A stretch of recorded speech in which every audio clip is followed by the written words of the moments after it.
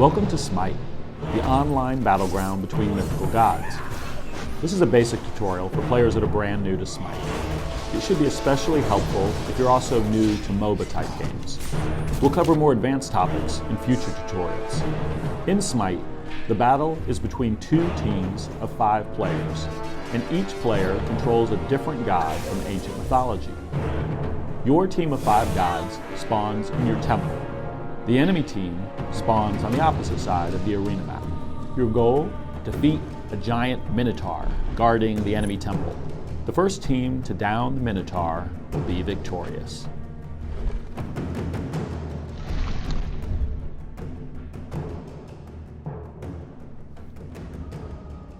From the main menu, select Play Now, Normal Match, Solo.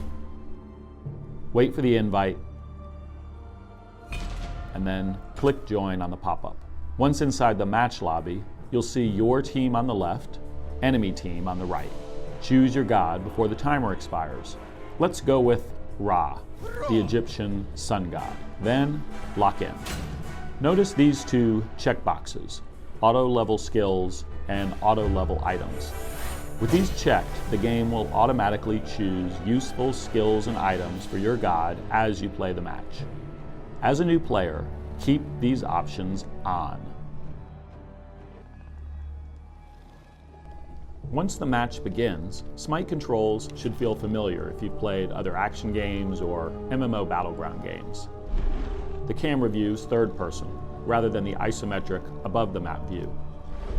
You move using WASD, you fire your basic attacks with the left mouse button. Importantly, every attack in SMITE is a skill shot. There's no lock-on targeting. For melee attacks, you must be close to your target and facing your target. And for ranged attacks, your shots are aimed projectiles and the enemy can dodge them. Positioning is very important. During the match, your god advances in level from 1 to a max level of 20 in about 30 minutes. With each level, you gain a skill point to upgrade an ability. Since you've chosen auto level and auto item, your god will automatically gain abilities as you level. Your abilities are mapped to the keys 1 through 4. Here's Ra using his first ability, Celestial Beam. Press 1 to ready the ability and show a ground target, then position the target. Right-click if you want to cancel. Otherwise, left-click to cast the Celestial Beam ability and melt enemy minions. Your god has a health bar as well as a blue mana bar. You can restore health and mana back at your temple. If you don't want to run all the way back, you can hit B at any time to teleport back. However, it does take a few seconds, so get to a safe place before you recall. Now, back to your goal of downing that enemy minotaur. Let's take a look at the battleground. The map has 3 defined lanes, plus a jungle area between those lanes. Along each lane, you'll find a series of defenses between you and the minotaur. Defenses include minions, towers, and phoenixes. Minions. These AI-controlled creeps spawn every 30 seconds, and they march down the lane toward the enemy temple. Friendly minions meet enemy minions in the middle of the lane and fight it out. Minions normally prioritize attacking other minions. Stay behind your minions, and they help protect you from your enemies. When do enemy minions attack you?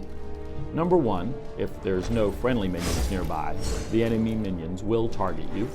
And number 2, if you damage an enemy god, any nearby enemy minions will target you. Stop damaging that enemy god, and the enemy minions will retarget your minions. Early game, minions are strong compared to your god, so be cautious and stay behind your minions as you make progress. Towers. Each lane starts out with 2 friendly towers and 2 enemy towers. These towers are destructible, but they have strong defenses and do heavy damage. Towers are similar to minions in how they choose to attack the targets.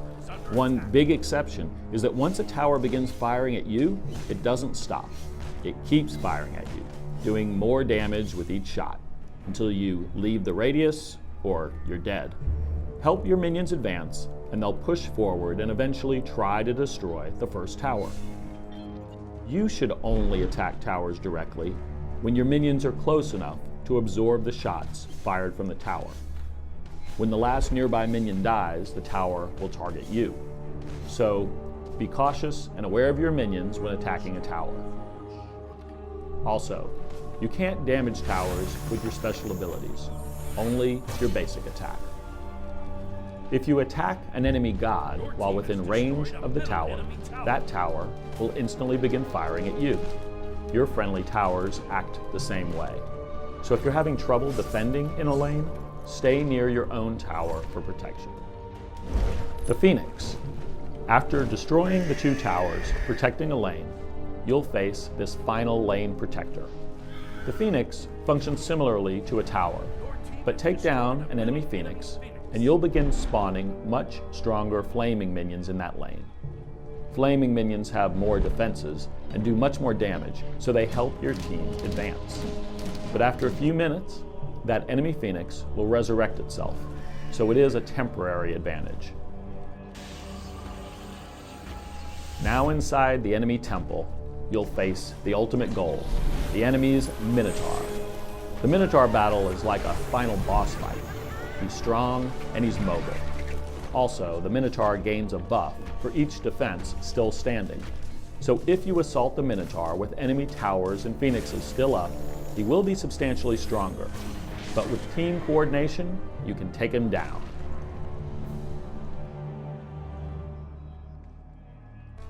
A couple of final points. Keep an eye on that minimap. Your allies are always visible on the minimap, and enemies are visible if they're near friendly minions, structures, or allies. If you don't see enemy players on the minimap, chances are they're coming to get you. Which brings me to dying. There are a bunch of reasons you want to avoid death. Number 1, if an enemy player kills you, they get stronger because they're earning XP and gold. Number 2, while you're dead, you're getting further behind because you're earning less XP and gold. Number 3, while you're dead, your team is down a player, so the enemy can more easily push towers. And number 4, your respawn time gets longer and longer as the match progresses. If you die late in the game, you're going to be spectating for a long time. So, for those first few matches, try being a cautious and defensive team player. Thanks for watching, and good luck on the Battleground.